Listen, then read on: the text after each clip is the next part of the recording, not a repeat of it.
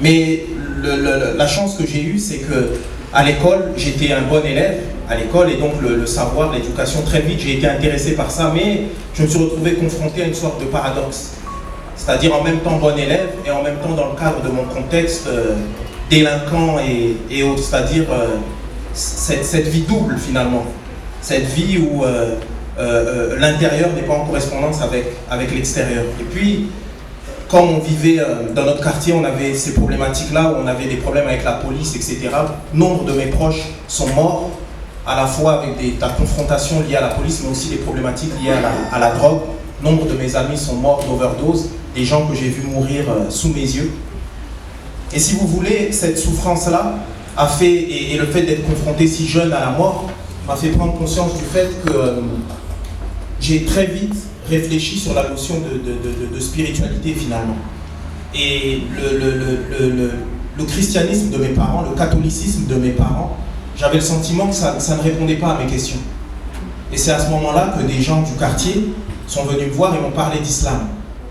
Et tout de suite, en fait, pour moi, lorsqu'ils ont commencé à me parler d'islam, ça a été comme si je rencontrais ma religion naturelle. Mais en fait, malheureusement, cette religion qu'on me présentait, elle était belle, la manière dont on me l'a présentée, mais dans le concret, en fait, je ne voyais pas ce qu'on me présentait. C'est-à-dire qu'on me parlait des qualités du prophète, etc., des qualités prophétiques, et concrètement, ce que je voyais une autre. Ce que les gens vivaient était autre. Et donc, ce n'est pas finalement l'islam qu'on m'a présenté, mais on m'a présenté une vision que certains avaient de l'islam. Une vision finalement qui excluait l'autre.